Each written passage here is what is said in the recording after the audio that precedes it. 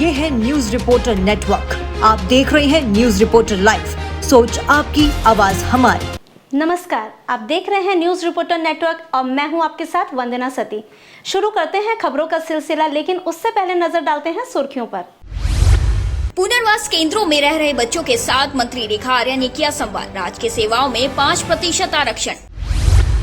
हरियाणा विधानसभा चुनाव में जीत के बाद उत्तराखंड बीजेपी प्रदेश मुख्यालय में मनाया गया जीत का जश्न। देहरादून पलटन बाजार में लगेंगे अब हाईटेक सीसीटीवी कैमरे के लिए बजट किया रिलीज। उत्तराखंड में यूसीसी को लागू करने की तैयारियां तेज। उत्तराखंड स्थापना दिवस 9 नवंबर से पहले लागू हो सकता है यूसीसी कानून। अब खबरें विस्तार से। उत्तराखंड में साइबर अटैक के मामले में पुलिस ने अज्ञात के खिलाफ मुकदमा दर्ज किया है। वहीं इस मामले की जांच के लिए एसआईटी टीम का भी गठन किया गया है। उत्तराखंड एसटीएफ की टीम एनआईए, सीईआरटी, एनसीआईआईपी के साथ मिलकर पूरे मामले की जांच करेगी। वहीं आपको बता दें कि IG law and order Nilesh Anand Bhande ने बताया है कि इस मामले में धारा 308 बीएनएस 65-66 आईटी एक्ट के तहत मामला दर्ज किया गया है। उन्होंने कहा है कि पुलिस पूरे मामले की जांच कर रही है। वहीं पुलिस को 2 मेल भी मिली है जिसके जरिए डिमांड की गई है। अब ये डिमांड किस चीज की है, पुलिस ने इसका अभी खुलासा नहीं किया है। फिलहाल मेल की आईपी एड्रेस को लेकर पुलिस जांच कर रही है। क्या ये कोई गिरोह है या कोई वायरस? पुलिस का कहना है कि पूरे मामले की जल्द जांच हो जाएगी और मामला साफ हो जाएगा। फिलहाल वेबसाइट चलना शुरू हो गई है। कुछ वेबसाइट अभी बंद चल रही है जिनको लेकर शुरू करने का काम किया जा रहा है। 2 तारीख को जो है वो जो हमारा आईटीडीए है वहाँ पर जो है ये सस्पेक्टेड हमारा एक साइबर अटैक का जो मामला आया है, जिसमें सर्वप्रथम जो है सीसीटीएनएस के माध्यम से इसका पता चला था। सीसीटीएनएस ने तत्काल जो आईटीडीए को इसकी रिपोर्ट करी थी और जो है उसके बाद ये पता हुआ कि इसमें जो है कुछ साइट्स पे जो है चल नहीं रही है या स्लो हो गई है कुछ साइटें, कुछ डाटा में दिक्कत आ रही है। तो उसके बाद जो है इसमें 3 तारीख को एक एफआईआर अज्ञात में दर्ज की गई है, जिसमें 308 बीएनएसएस और 67-68 जो है आईटी एक्ट के अंतर्गत जो है ये साइबर पुलिस स्टेशन देहरादून में जो है ये मामला दर्ज किया गया है। उत्तराखंड में यूसीसी को लागू करने की कवायद तेजी से शुरू हो गई है। वहीं UCC rule and making committee की आखिरी बैठक राजधानी देहरादून में संपन्न हुई, जिसमें सभी पहलुओं पर विस्तार से चर्चा भी की गई। वहीं UCC rule and making committee के प्रमुख और उत्तराखंड के पूर्व मुख्य सचिव शत्रुघ्न सिंह ने कहा है कि अब UCC rule and making committee के सभी सुझावों की एक बुकलेट प्रकाशित होगी और जल्द ही ये मुख्यमंत्री पुष्कर सिंह धामी को सौंप दी जाएगी। इसके बाद मुख्यमंत्री Pushkar Singh Dhami rules making booklet को विधायी और न्याय विभाग को भेजेंगे। वहीं अगर सब कुछ ठीक रहा तो 9 नवंबर से पहले उत्तराखंड में यूसीसी लागू हो सकता है। भले ही विश्व प्रसिद्ध केदारनाथ धाम क्षेत्र की विधानसभा के उपचुनावों की तारीखों का अभी ऐलान नहीं हुआ है, लेकिन इसके बावजूद केदारनाथ विधानसभा के उपचुनाव पर पक्ष विपक्ष और प्रदेश में अब सियासत तेजी से गर्माती नजर आ रही है, जिसके साथ ही आरोप प्रत्यारोपों का सिलसिला जारी है। वहीं एक और जहां प्रदेश सरकार केदारनाथ क्षेत्र के विकास को लेकर तमाम योजनाओं को धरातल उतारने की कवायद में जुटी हुई है, न बल्कि प्रदेश के मुख्यमंत्री स्वयं ही केदारनाथ के विकास के लिए कई घोषणाएं कर रहे हैं। तो वहीं कांग्रेस ने इसको लेकर प्रदेश सरकार पर निशाना साधना शुरू कर दिया है। वहीं आपको बता दें कि कांग्रेस की प्रदेश प्रवक्ता गरिमा दसूनी ने कहा है कि बीजेपी को अब केदारनाथ की याद आ रही है। बीजेपी ने 5 कैबिनेट मंत्रियों की केदारनाथ में ड्यूटी लगाई है। खुद मुख्यमंत्री केदारनाथ विधानसभा में पहुंचकर कई घोषणाएं कर रहे हैं। वहीं कांग्रेस प्रवक्ता ने कहा कि बीजेपी केदारनाथ में भी चुनाव हार रही है। साफ दिखाई पड़ रहा है कि उनके पैरों से केदारनाथ भी फिसल रहा है, इसीलिए चुनावी पुलाव उनके द्वारा परोसे जा रहे हैं। पहले बद्रीनाथ, फिर हरिद्वार का मंगलौर और अब केदारनाथ में जिस तरह से लोक लुभावने घोषणाएं योजनाएं लाई जा रही हैं, लेकिन केदारनाथ की जनता ये भूली नहीं है कि जब उनके वहाँ आपदा आई थी तो एक मंत्री, एक विधायक, एक पदाधिकारी आपका उनका सुख दुख बांटने के लिए या उनकी सुध लेने के लिए नहीं पहुँचा। सबको अपनी जान के खतरे की पड़ी रही। और तो और जो आपने अपमान केदार बाबा का किया है, चाहे वो आपने सोना चोरी प्रकरण में आपकी उदासीनता हो, चाहे वो QR कोड मामला हो, चाहे वो गर्भगृह से मान्यताएं और परंपराएं तोड़ने का मामला हो, फिर चाहे लाइट एंड साउंड प्रोग्राम करके शिव के महात्म को कम करने की आपकी कुत्सित योजना हो। वही जवाबी पलटवार करते हुए उत्तराखंड के कैबिनेट मंत्री सौरभ भगोड़ा ने कहा है कि हर चुनाव में पार्टी की ओर से कार्यकर्ताओं को जिम्मेदारी दी जाती है। पहले भी प्रदेश में कई उपचुनाव हुए हैं और वहां पर मंत्रियों की ड्यूटी लगाई गई है। वहीं सौरभ भगोड़ा ने कहा कि केदारनाथ में कोई विधायक नहीं है, इसीलिए मंत्रियों की ड्यूटी लगाई गई है ताकि वहां जाकर वहां के लोगों की समस्याओं का निराकरण कर सके। नहीं, देखिए केदारनाथ चुनाव जो है बहुत ही दुखद परिस्थिति में हम चुनाव में जा रहे हैं। हमारी बहुत ही सम्मानित हमारी विधायिका स्वर्गीय शैला रानी रावत जी का निधन हुआ और उसके कारण हमको इस बाई इलेक्शन में जाना पड़ रहा है। माननीय मुख्यमंत्री जी ने कल मंच से बहुत स्पष्ट रूप से एक बात कही थी कि जब तक केदारनाथ को अपना स्थायी विधायक नहीं मिल जाता तब तक वो विधायक के रूप में केदारनाथ विधानसभा की सेवा करेंगे। कल 191 करोड़ की उन्होंने वहाँ पर शिलान्यास उद्घाटन करे, बहुत सारी घोषणाएं करी जो वहाँ पे जनता के माध्यम से जनप्रतिनिधियों के माध्यम से जो मांग पत्र दिया गया था उसकी उन्होंने घोषणा करी। और भारतीय जनता पार्टी चुनाव को लेके हमेशा सीरियस रहती है, हमेशा तैयारियों में लगी रहती है, हमेशा जनता के बीच में रहने में विश्वास करती है। चाहे वो केदारनाथ में 31 जुलाई की आई हुई आपदा की बात हो, जिस तरीके से वहाँ के हमारे पार्टी के जनप्रतिनिधियों ने आपदा में राहत कार्यों में मदद करी, जिस तरीके से मुख्यमंत्री जी के नेतृत्व में उनके देखरेख में पूरे 12,000 से ज़्यादा लोगों को सकुशल निकाला गया। उत्तराखंड में यूसीसी को लागू करने की तैयारियां तेज हो चुकी है, जिसे उत्तराखंड स्थापना दिवस यानी कि 9 नवंबर से पहले उत्तराखंड यूसीसी लागू करने की बात कही जा रही है। ऐसे में बीजेपी के धर्मपुर विधायक विनोद चमोली ने कहा है कि जिस प्रकार की अटकलें हैं इस पर विराम लगना चाहिए। उन्होंने कहा कि जनता ने हमें चुना है, हम जनता की भावनाओं का ध्यान रख रहे हैं और इस कानून को तैयार करने के लिए नियमावली तैयार की जा रही है। साथ ही उन्होंने कहा कि इस 9 नवम्बर से पहले इस यूसीसी को लागू कर दिया जाएगा। देखिए, अटकलों पर विराम लगना चाहिए और मैंने शुरू से कहा है कि चुनाव से पहले हम लोगों ने जनता के बीच में यूसीसी को लेकर गए थे और जनता ने हमें मैंडेट दिया, हम सरकार बना पाए। तो हमारी भी जिम्मेदारी बनती है कि जनता की भावनाओं के अनुरूप हम यूसीसी को समय पर लागू करें। इसको लेकर हमने एक कमेटी बनाई, कमेटी ने अपनी फाइंडिंग्स दी, उसके बाद विधानसभा से इसको पारित करके राष्ट्रपति महोदय को भेजा गया, राष्ट्रपति महोदय से इसका अप्रूवल आ गया और आज एक कानून बन चुका है। लेकिन उस कानून को किस तरह से इम्प्लीमेंट होना है उसके लिए नियमावली तैयार होनी चाहिए। नियमावली भी लगभग तैयार हो गई है और हमने कहा है कि हम 9 नवंबर से पहले इसको लागू कर देंगे। आज हम इसी स्थिति में है कि कभी भी इसको हम लागू कर सकते हैं। तो जो वादा हमने जनता से किया था उस वादे को हमने पूरा किया है और मैं समझता हूँ कि जनता को संतोष होना चाहिए, क्योंकि किसी भी पार्टी से किसी भी सरकार से यही एक्सपेक्ट करती है कि जो वादा वो जनता से करे वो उसको समय पर पूरा करे। खबरों में आगे बढ़ते हैं। आज नगर निगम देहरादून ने राजपुर रोड स्थित होटल मधुबन में स्टेक होल्डर आउटरीच मीट का आयोजन किया गया। वहीं कार्यक्रम में मुख्य अतिथि के तौर पर देहरादून के जिलाधिकारी संवीन बंसल ने शिरकत की। वहीं इस कार्यक्रम में देहरादून में इलेक्ट्रॉनिक चार्जिंग स्टेशन को पीपीपी मॉडल के अंदर स्थापित करने को लेकर चर्चा की गई। साथ ही 14 नामी कंपनियों ने भी कार्यक्रम में प्रतिभाग किया। साथ ही जिलाधिकारी ने कहा कि उत्तराखंड सरकार की शुरू की गई ये पहली राज्य में टूरिज्म को बढ़ावा देने की पहल है और साथ ही राज्य में इलेक्ट्रॉनिक व्हीकल का चलन भी बढ़ेगा, जिससे पर्यावरण प्रदूषण भी थमेगा। देखिए, ऑलरेडी ईवी चार्जिंग स्टेशंस के हमारे जॉइंट सर्वे के पश्चात स्थल चयनित हो गए थे और जिसका नोटिस फॉर टेंडर भी हमारा इनवाइट हो चुका है और उसी के क्रम में आज आउटरीच कॉन्फ्रेंस थी जिसमें एस्टेब्लिश्ड प्लेयर्स अराउंड 14-15 प्लेयर्स ने पार्टिसिपेट किया and we have witnessed the enthusiastic response from all the bidders.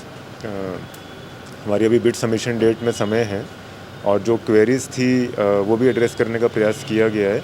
अभी हमारी और एक प्री बिड कॉन्फ्रेंस इमिनेंट है, उसमें और जो क्वेरीज आएंगी बिडर्स की उसको भी एड्रेस किया जाएगा and we hope to take it forward timely.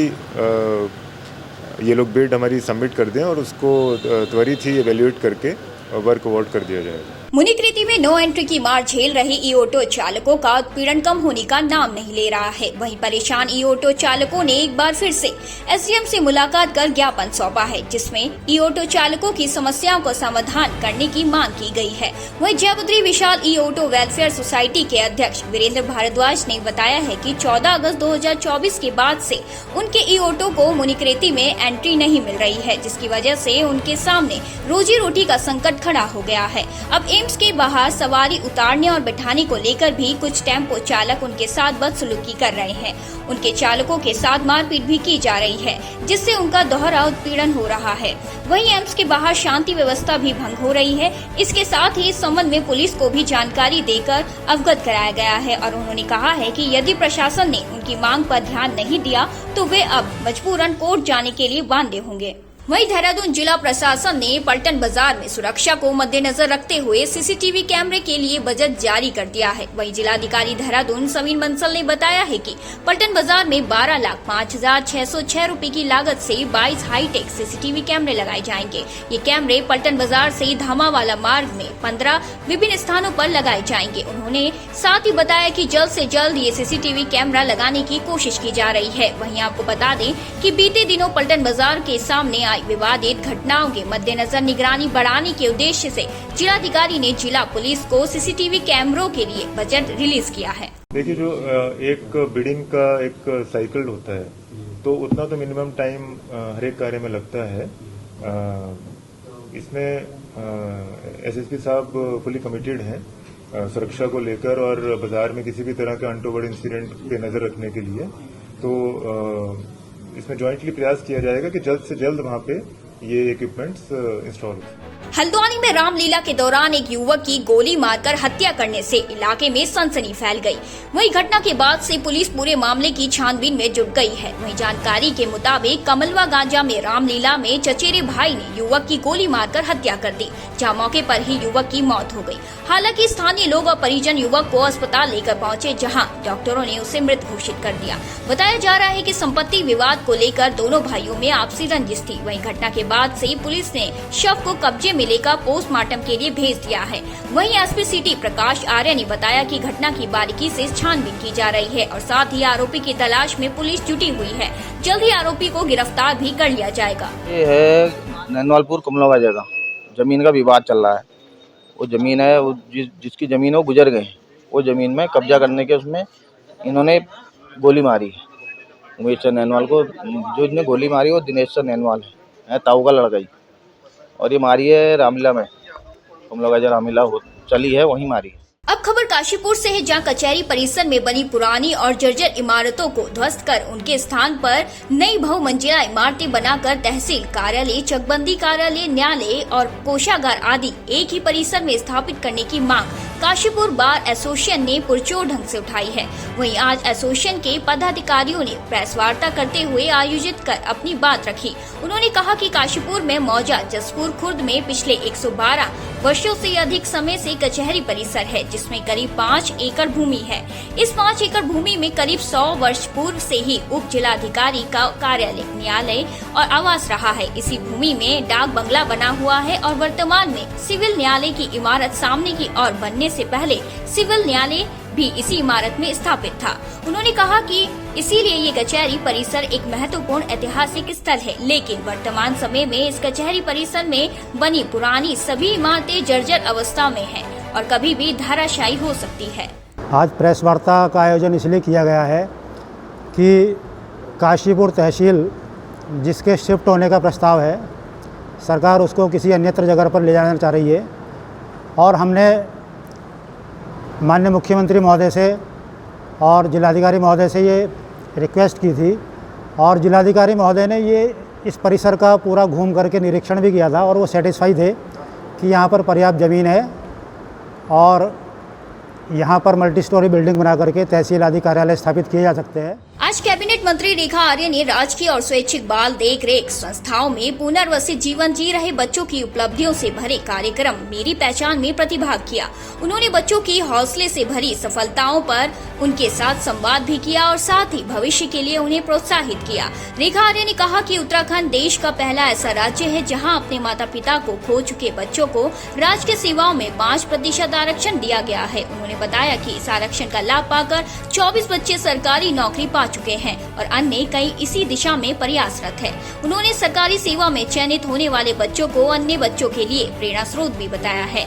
मंत्री रेखा आर्य ने कहा कि इन सभी बच्चों के उज्जवल भविष्य की कामना करते हुए सरकार ऐसे हर बच्चे के सहयोग के लिए पूर्ण रूप से संकल्पित है। आज महिला कल्याण विभाग के माध्यम से आज मेरी पहचान कार्यक्रम आयोजित किया गया है।